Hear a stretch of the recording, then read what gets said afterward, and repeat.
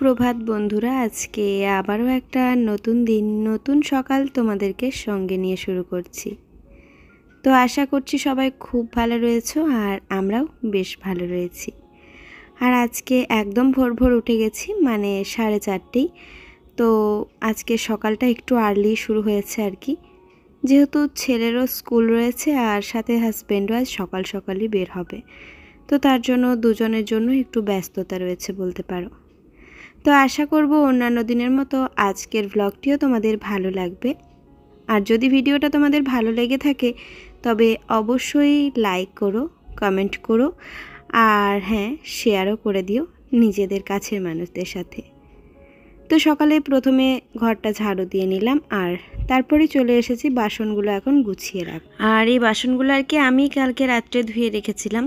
এই চাকি বেলুন বা তাওয়া এগুলো আর কি সবসময় ধুয়ে নেওয়ার চেষ্টা করি, কারণ যেহেতু ওপেন আর কি রান্নাঘরে থাকে, তো এটা ওটা তো থাকেই আর কি।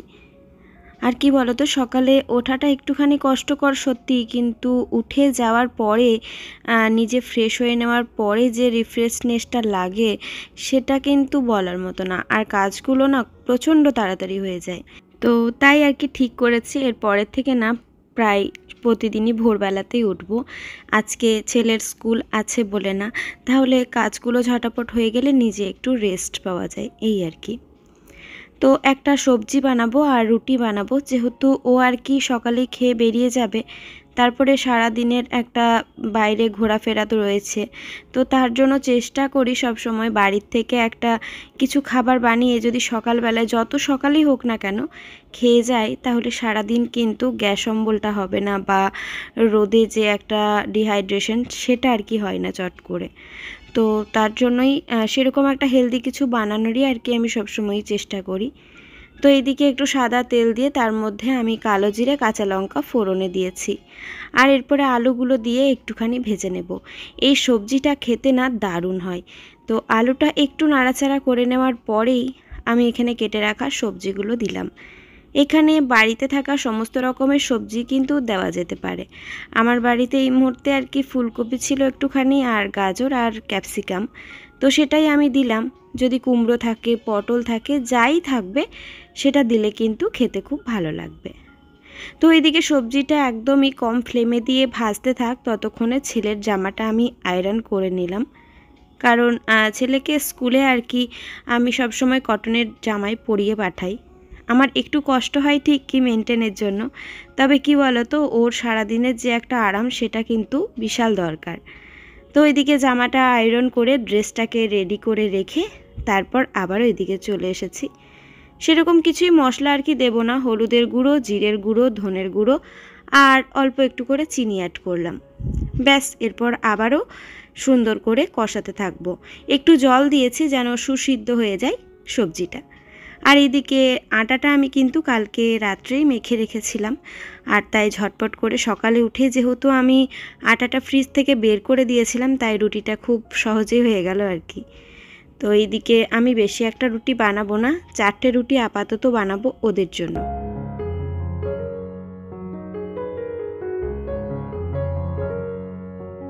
তো এদিকে জলটা যখন প্রায় শুকিয়ে আসবে তখন আর কি এর মধ্যে আমি সবজি মশলা অ্যাড করলাম। তবে যদি ম্যাগি মশলা বাড়িতে থাকে তো সেই টেস্টটা কিন্তু আরোই ভালো হবে। সবজি মশলা তো ভালো লাগছিলই, কিন্তু ম্যাগি মশলা দিয়ে এই সবজি দিয়ে রুটিটা খুব ভালো লাগে। তারপর ওপর থেকে একটুখানি ধনেপাতা কুচি দিয়ে আবারও সুন্দর করে নাড়াচাড়া করে একদম ফ্রাই করে নিয়েছি, মানে একদম যেটা শুকনো শুকনো আর কি। তো খেতে সেই হয়েছিল। আর আগে আমি একটু টিফিন কৌটোয় দিয়ে ঠান্ডা করতে দেব, তারপর আর কি টিফিনটা রেডি করব। তো রুটি করলেই তো ওভেন একদম গুঁড়ো পড়ে নোংরা হয়ে যায়, তাই সব সময় চেষ্টা করি যে ওভেনটাকে আর কি পরিষ্কার করে নেওয়ার যখনই নোংরা হয়। তো চলো এরপরে চাটা বানাবো, চা বলতে লিকার চা। তো আদা দিয়ে চাটা বসিয়ে দিয়ে এদিকে টিফিনটা রেডি করে নিলাম। আর তারপরে আমি নিজে এখন ফ্রেশ হব। সেই তো কখন উঠেছি কিন্তু নিজে আর ফ্রেশ হতে পারিনি, তো তার জন্যই নিজে একটু ফ্রেশ হয়ে নিলাম। আর এদিকে ছেলেকে এরপর রেডি করে দেব। ছেলেকে রেডি করাটা একটা বিশাল যুদ্ধের ব্যাপার, মানে সকালবেলায় ওকে ঘুম থেকে তোলাটা রীতিমতো আমাকে ফাইট করতে হয় ওর সাথে আর কি। তাও তাও কি বলো তো, এখন অনেকটা অভ্যেস হয়ে গেছে। যত ছোট ছিল তো তখন তো প্রচণ্ড বদমাইশি করতো আর কি, মানে উঠতে পারতো না, কষ্ট হতো ভীষণ রকমের। তো এদিকে চাটাও রেডি হয়ে গেছে, এরপরে চাটা নিয়ে একটুখানি ওকে খাইয়ে দেব। ও সকালবেলায় মর্নিং স্কুল হলে সেরকম কিছু একটা খেয়ে যেতে পারে না, তো আমন্ড আর তার সাথে দুটো বিস্কিট ওকে আমি চা দিয়ে খাইয়ে দিই। কারণ সকালবেলায় একদম যদি খালি পেটে যায় তাহলেও কিন্তু গা গুলাবে বা শরীর খারাপ লাগতে পারে, তাই জোর করে দুটো আমন্ড দিয়ে দুটো বিস্কিট খাওয়াই। তো ও আবার বিস্কিট চা দিয়ে এরকম খাবে না, আমন্ড ছাড়া। আর সকালবেলায় বাচ্চাদেরকে দুটো আমন্ড কিন্তু দেওয়াটা খুবই জরুরি। তো এই যে রেডি হয়ে গেছে, এখন আমাকে কত কত কথা বলে তারপরে আর কি যাচ্ছে ওর বাবার কাছে। তো চলো আমিও যাব আর কি ওর সাথে, কারণ এই সকাল থেকে স্কুলে গেলে না আমি ওর বাবার সাথে একাই ছাড়তে পারি না। আমার মনে হয় যে পিছনে বসে যদি ঘুমিয়ে যাই, তার জন্যই আর কি।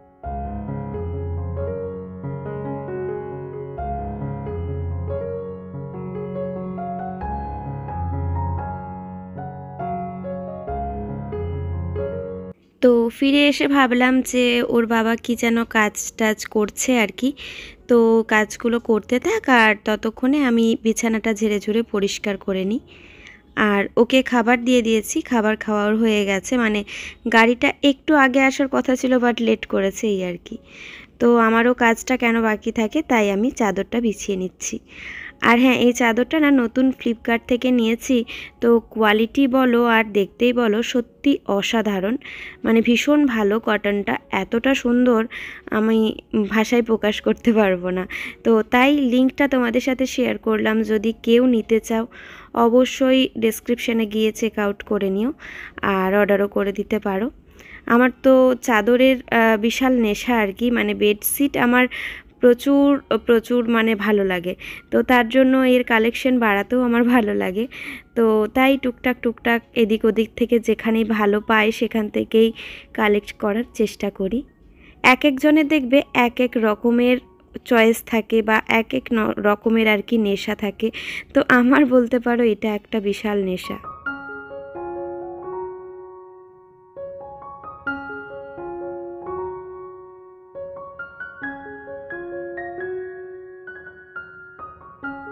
যে দুজনের জন্য 2 কাপ চা বানিয়ে নিয়েছে। ও বলল যে 5টা মিনিট হাতে আছে তো একটু চা করো, তাই ভাবলাম ঠিক আছে তাহলে আমিও চা দিয়ে একটা রুটি খেয়ে নিই।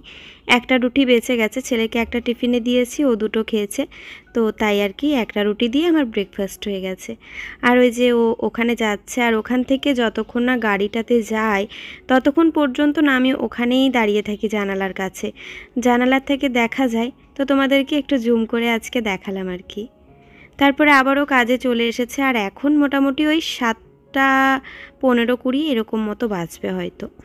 তো তারপরে ছোট ঘরের বিছানাটাও একটু ঝেড়ে ঝুড়ে পরিষ্কার করে নিলাম।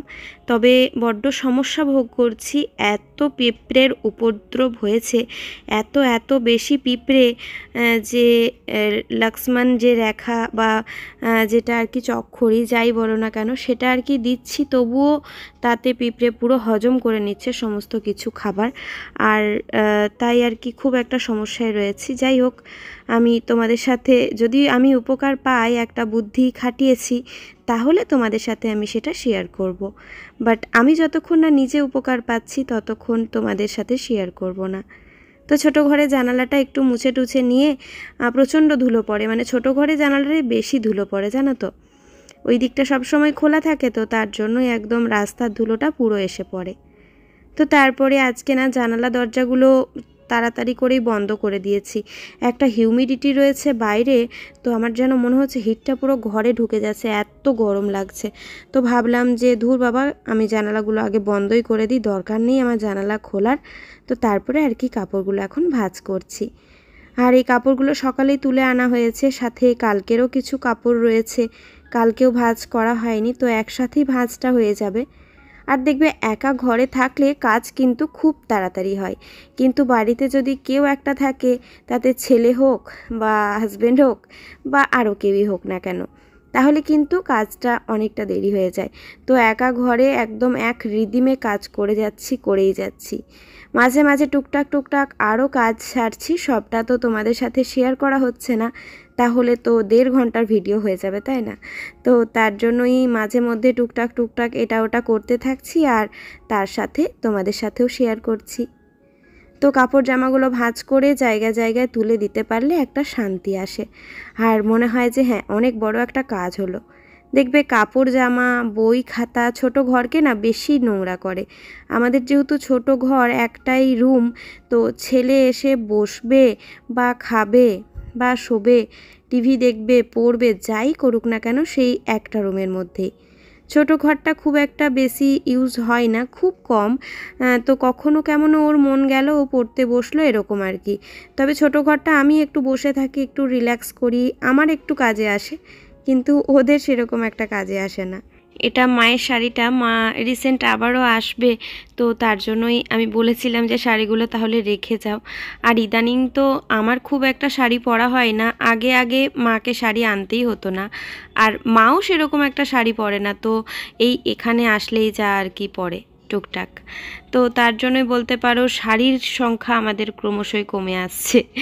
তো এদিকে কাপড় জামাগুলো ভাঁজ করা হয়ে গেছে, আর তারপরে এই রান্নাঘরটা একটু পরিষ্কার করছি। বলতে এখানটায় কালকে না প্রচণ্ড পিঁপড়ে হয়েছিল, তো রাত্রেবেলায় আমি লক্ষ্মণ রেখা গোটায় দিয়েছি। দেখো পুরো চারিদিকে দেখতে পারবে, মানে কিভাবে না কানেকশন করছে, এক জায়গার থেকে কানেকশন শুরু করে আমি সেই লাইন ধরতে তাদেরকে গিয়ে অন্য একদম মানে তেপান্তরের মাঠে খুঁজে পাচ্ছি যে সেখান থেকে ওদের কানেকশনটা শুরু হয়েছে। তো এটা আমার বলতে পারো 4 বছরের একটা ভীষণ কষ্ট। কোয়ার্টারে এসে সত্যি কথা বলতে ছোট ঘরে আমি অসুবিধা ভোগ করিনি, বা ছোট ঘর বলে যে কোনো প্রবলেম হয়েছে বা আদার্স কোনো কিছুতেই কোনো অসুবিধা হয়নি, কিন্তু এই গ্রীষ্মকাল আসলেই আমি ভীষণ একটা আতঙ্ক ভোগ করি আর কি, আতঙ্কে থাকি বলতে পারো। এক হচ্ছে এই পিঁপড়ের উপদ্রব, আর 2 হচ্ছে ছোট যে আরশোলাটা হয় সেটা। তো কোথায় হয়ে যাচ্ছে আমি নিজেও কিছু বুঝে উঠতে পারছি না। তবে পরিষ্কার যে রাখি না সেটা না, সব সময় ক্লিন করতেই থাকি, কিন্তু কিছু করার নেই। যেহেতু একটুখানি গ্যাঞ্জাম তো হয়ে যায়, মানে যেহেতু ছোটো ঘর, জিনিস বেশি, তো সেই জায়গা থেকে আরশোলা হয়তো হয়। আর পিঁপড়ের তো কোনো কারণ নেই, কারণ ছাড়াই ওরা সেখান থেকে আসতে পারে, এই আর কি। তো একটা নতুন বুদ্ধিটা খাটিয়েছি, তো দেখা যাক কী হয়। আর হ্যাঁ, এক দিদি কমেন্ট করেছো যে আমার মেঝেতে এটা কি দেওয়া আছে, এটা কার্পেট দেওয়া আছে।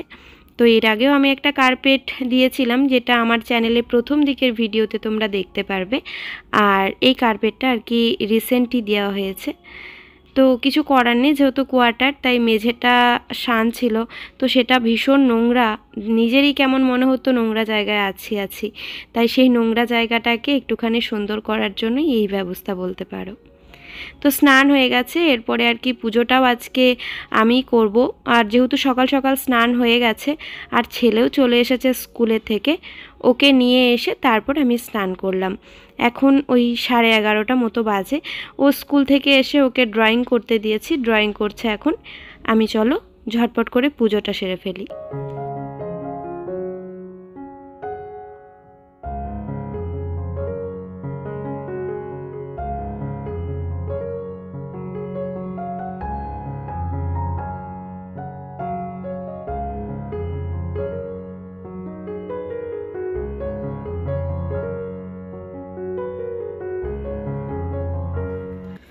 তো বন্ধুরা, হড়বড় করে কোনো ক্রমে রান্না করে আর কি ওকে খাবার দিয়েছে। এই যে চিকেন আর তরকারি একটু ছিল, আলু ভাতে ভাত। মানে আজকে অনেক ভোরে উঠেছি, তো ভেবেছিলাম যে আজকে একদম 11টার মধ্যে রান্নাবান্না সব কমপ্লিট, আমি 2 ঘন্টা একটু রেস্ট পাবো, কিন্তু না, এত পিঁপড়ের উপদ্রব।